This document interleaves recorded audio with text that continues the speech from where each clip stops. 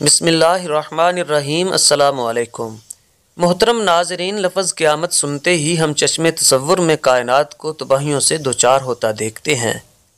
ایک ایسے دن کا تصور ذہن میں آتا ہے جب کائنات کا نظام درہم برہم ہو جائے گا، مگر یاد رہے کہ قیامت محض فناہ و تباہی کا نام نہیں بلکہ یوم الحساب ہے، جب ظالم سے مظلوم کی آہوں اور ایک ایک سسکی کا حساب لیا جائے گا۔ اس دن انسان کے اعمال کی بنیاد پر اس کی قسمت کا فیصلہ کیا جائے گا۔ اسی لیے قرآن کریم میں اس دن کو یوم التغابن یعنی ہار یا جیت کا دن کہا گیا ہے۔ انسان کے پرتجسس ذہن میں یہ سوال ابھرتا ہے کہ قیامت کب قائم ہوگی؟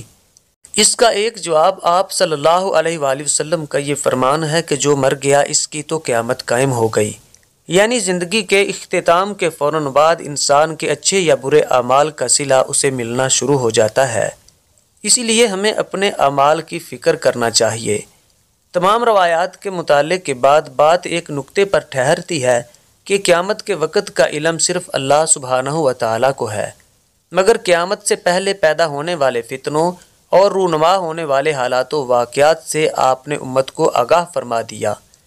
تاکہ امت ان خرابیوں اور فتنوں سے خود کو محفوظ کر سکے۔ علامات صغریٰ بیان کرتے ہوئے صادق المصدوق علیہ السلام نے قیامت کے حوالے سے جن فتنوں اور امت میں پیدا ہونے والی تبدیلیوں کا ذکر فرمایا ہے،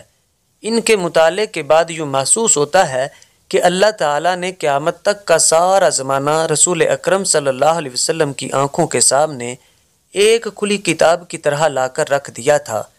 اور آپ ایک ایک فتنہ، ایک ایک گمراہی اور امت میں پیدا ہونے والی ایک ایک خرابی کو دیکھ کر امت کو خبردار فرماتے رہے۔ ممکن ہے ابھی آنے والے وقت میں آپ کی یہ پیش گوئیاں آج سے کہیں زیادہ ٹھیک منطبق ہوں، لیکن آج بھی ان کی حقانیت میں ذرا برابر کمی محسوس نہیں ہوتی۔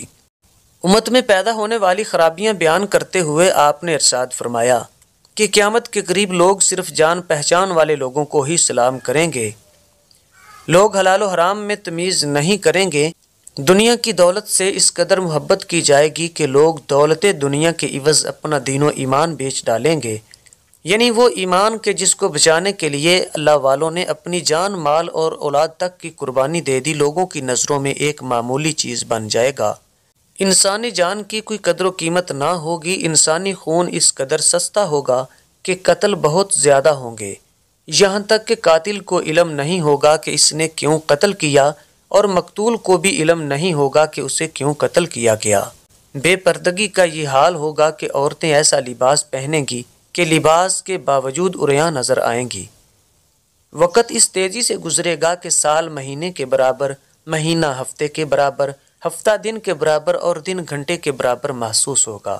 ایسے لوگ حکمران بنیں گے جو انسانی شکل میں شیطان ہوں گے، ایسے لوگ حاکم بنیں گے جو مشرکوں سے بھی بدتر ہوں گے،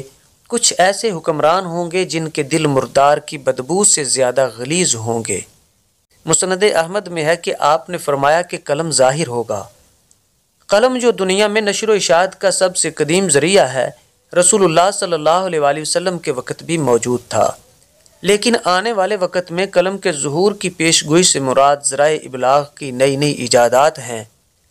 جو آج ہمارے سامنے اخبارات، جرائد، رسائل، کتب، radio, TV, video, internet, telephone اور موبائل وغیرہ کی شکل میں موجود ہیں، اور معلوم نہیں کہ آئندہ ان ذرائع میں اور کس کس چیز کا اضافہ ہوگا۔ حالات کچھ ایسے ہوں گے کہ غیر مسلم قومیں مسلمانوں پر اس طرح چڑھ دوڑیں گی جس طرح کھانا کھانے والے ایک دوسرے کو دسترخوان پر بلاتے ہیں۔ اس کی وجہ آپ صلی اللہ علیہ وآلہ وسلم نے یہ بیان فرمائی کہ مسلمان دنیا سے محبت اور موت سے نفرت کرنا شروع کر دیں گے۔ مسلمان یہود و نصارہ کے نقش قدم پر اس طرح چلیں گے کہ اگر وہ ایک بالشت چلیں گے تو مسلمان بھی ایک بالشت چلیں گے، اور اگر وہ ایک ہاتھ چلیں گے تو مسلمان بھی ایک ہاتھ چلیں گے، اگر وہ دو ہاتھ چلیں گے تو مسلمان بھی دو ہاتھ چلیں گے، یہاں تک کہ اگر یہود و نصارہ میں سے کوئی بدبخت اپنی ماں سے منہ کالا کرے گا تو یہ لوگ بھی اپنی ماں سے منہ کالا کریں گے۔ ہم نے یہاں مثال کے طور پر چند پیش گوئیوں کا تذکرہ کیا ہے جن سے یہ اندازہ لگانا قطعاً مشکل نہیں کہ 1400 سال پہلے آپ کی بیان کردہ پیش گوئیوں کا ایک ایک لفظ اور ایک ایک حرف کس طرح 100% حق اور سچ ثابت ہو رہا ہے۔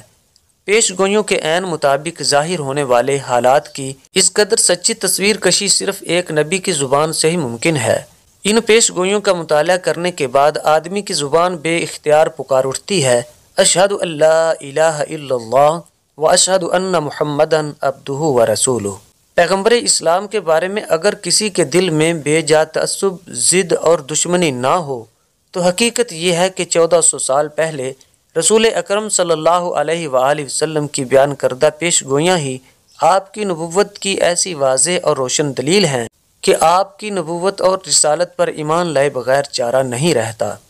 محترم ناظرین، دعا فرمائیں کہ اللہ سبحانہ و تعالی ہمیں ہر طرح کے فتنوں اور برائیوں سے محفوظ فرمائے اور ہمیں اسلام کے مطابق جینے اور مرنے کی توفیق عطا فرمائے۔ محترم ناظرین، امید ہے کہ آپ کے لیے ہماری یہ ویڈیو مفید رہی ہوگی۔